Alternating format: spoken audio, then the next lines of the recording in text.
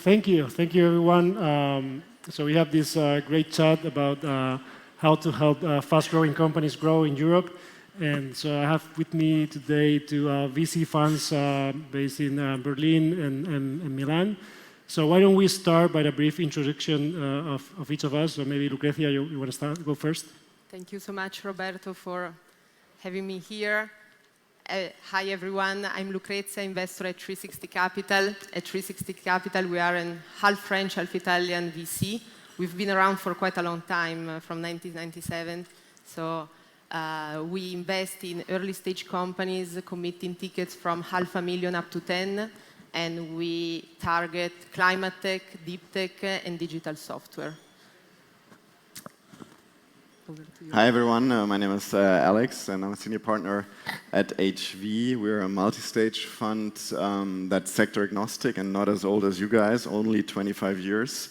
And our early stage fund does 250K up to 10 million.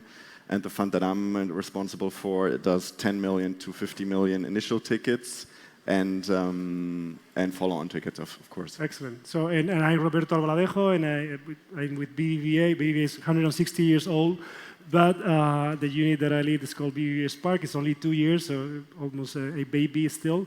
And we do banking for tech companies, and including debt, of course, and a lot of funding for companies in Spain and Latam, and hopefully also in Europe soon.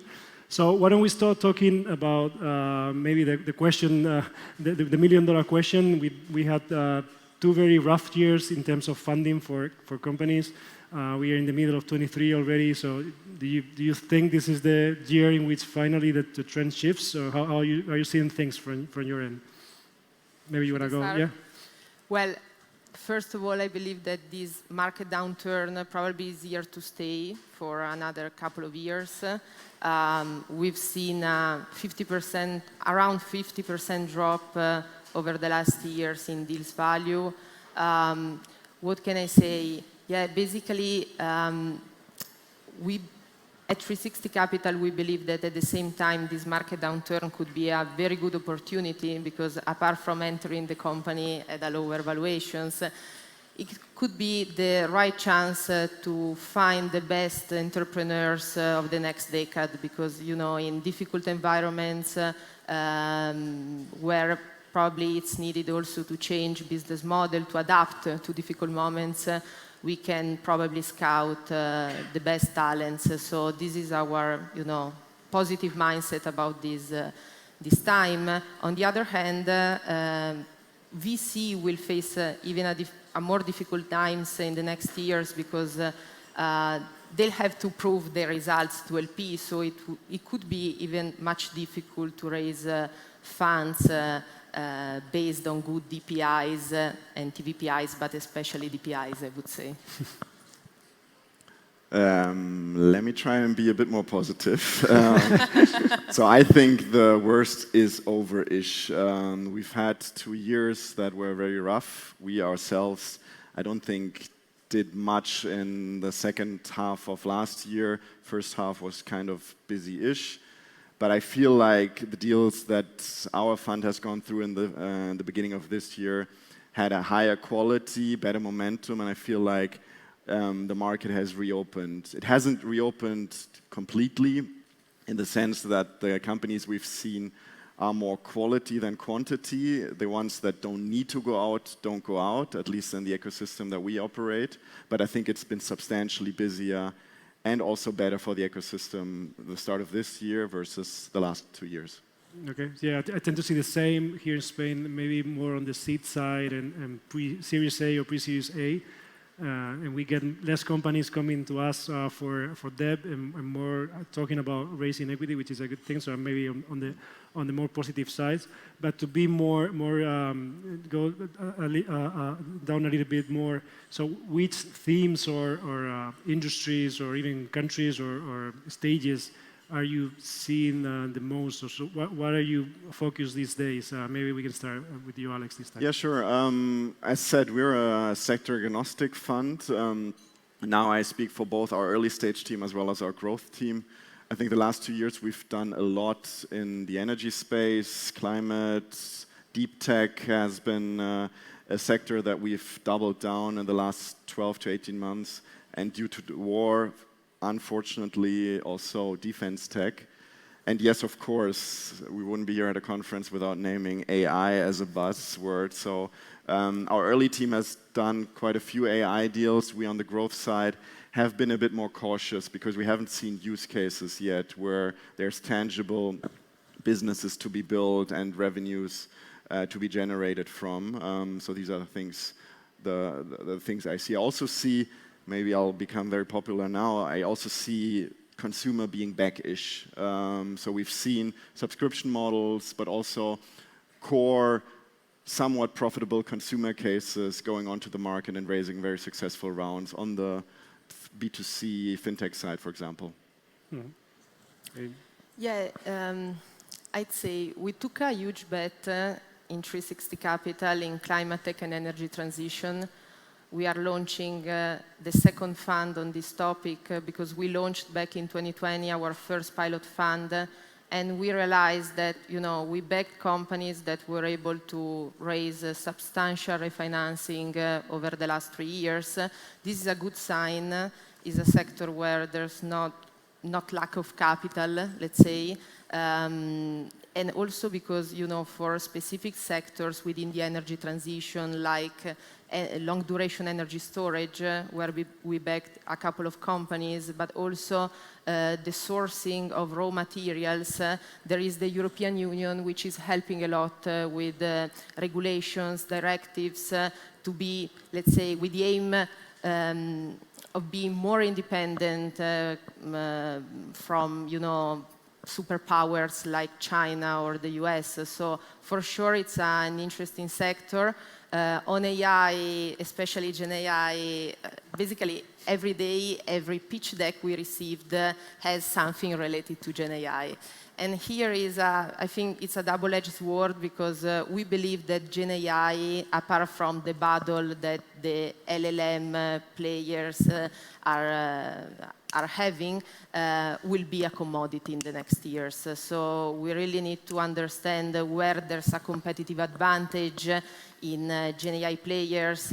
Companies will get access to Gen AI models in a cheaper way over the years. So it's sort of a bubble, let's say. Okay, that's a very tough statement. So now let's move to the opportunity in Europe. You mentioned climate just now, and maybe we can pick up that one later. But I was reading I think everyone reads the Atomico reports on the state of European tech.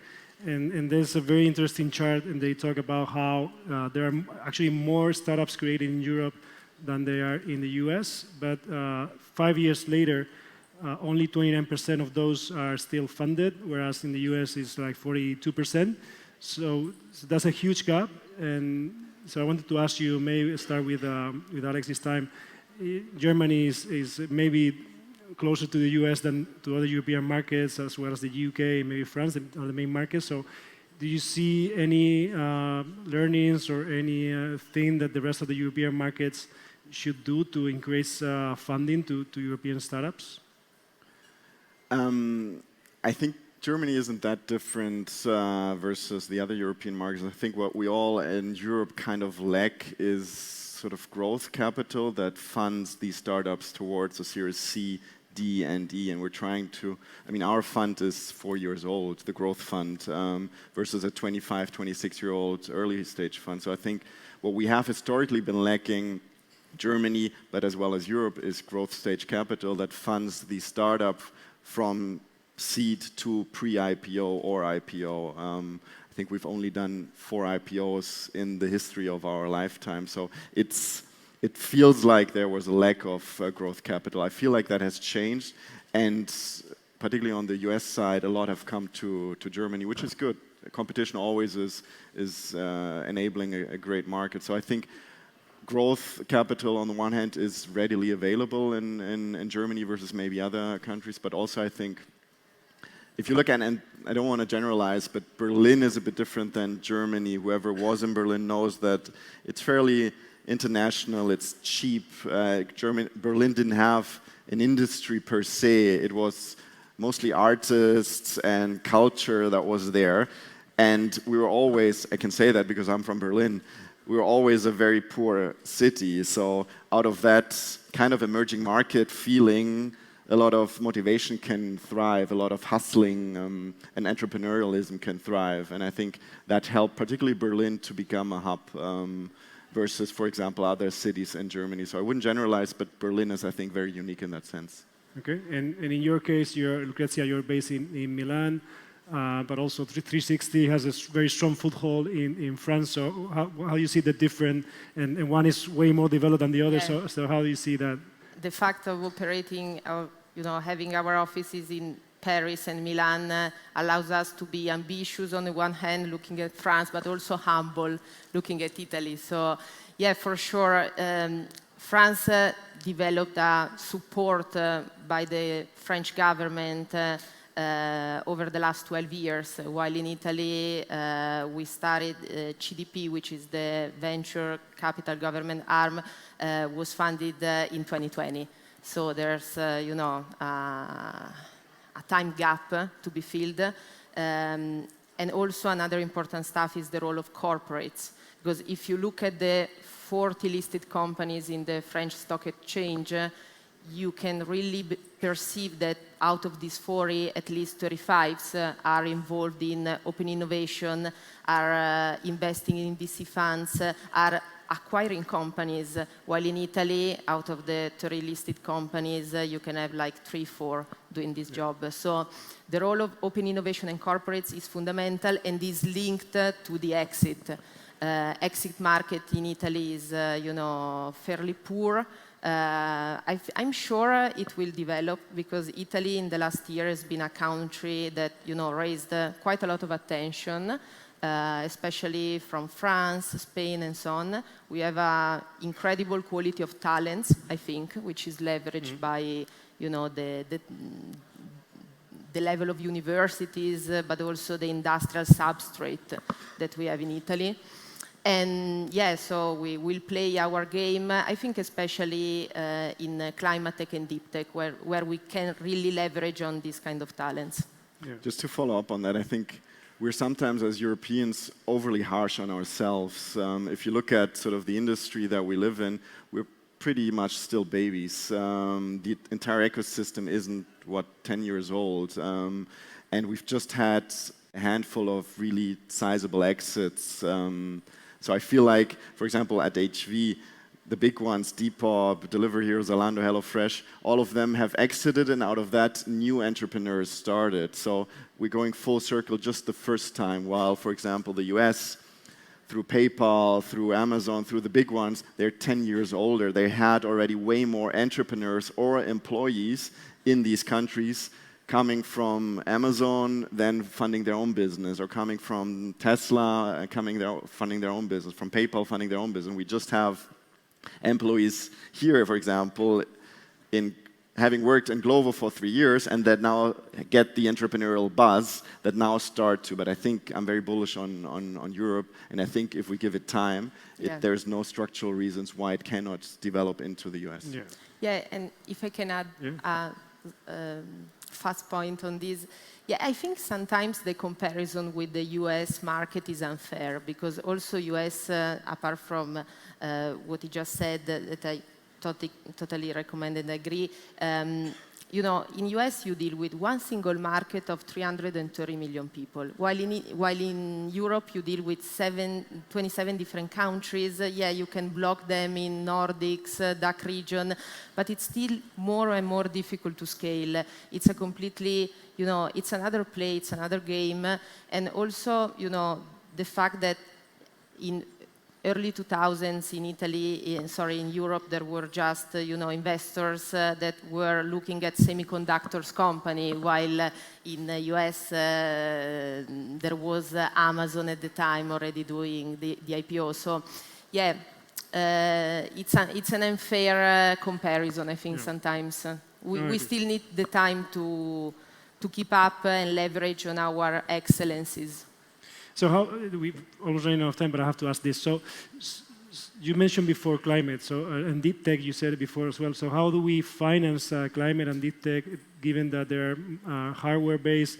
Us as a bank, sometimes we get these projects, but then you have to do capex, and then you have to do a pilot, and then the pilot has to scale to a plan. It's very difficult, and it escapes sometimes from the VC play and the banking play. So how do you look at it? Yeah, let's say that we faced this issue multiple times with our deep tech startups. Sometimes it's easy to get the first seed and Series A funding, but then what it gets very difficult is to get the financing for the so-called first-of-a-kind plant. So when the company needs to really build the first plant at scale, there are money needed that shouldn't be financed just by equity. And this is something where US is much more advanced, and we need to catch up. And this is something that, for example, the European Investment Bank is trying to solve, but it will take years and years to have, standardized product to finance this kind of, project financing for companies. Sure. I'll be very short. I think we just need to be bold because speaking for myself, for the last 17 years that I'm doing this, I was always afraid of these big hardware-style bets or these big fundamental bets. But if you look at it, these are the most fundamental issues that are being attacked, and the outcome can be, look at fusion energy, can be life-changing. There can be trillion-dollar companies. And I think if we as Growth Fund are just a bit bolder, just a bit more ambitious and not afraid of these bets, then they can certainly thrive, and we should all just be bolder. Yeah, no, I agree. We have to be bolder, also on the banking side as well. So we'll I'm sure we'll fix this problem, which is what we need to solve for the future of our future generations. So we're out of time now, yes, and thank you, everyone. So next panel. Thank you. Thank you so much. Thank you. Thanks.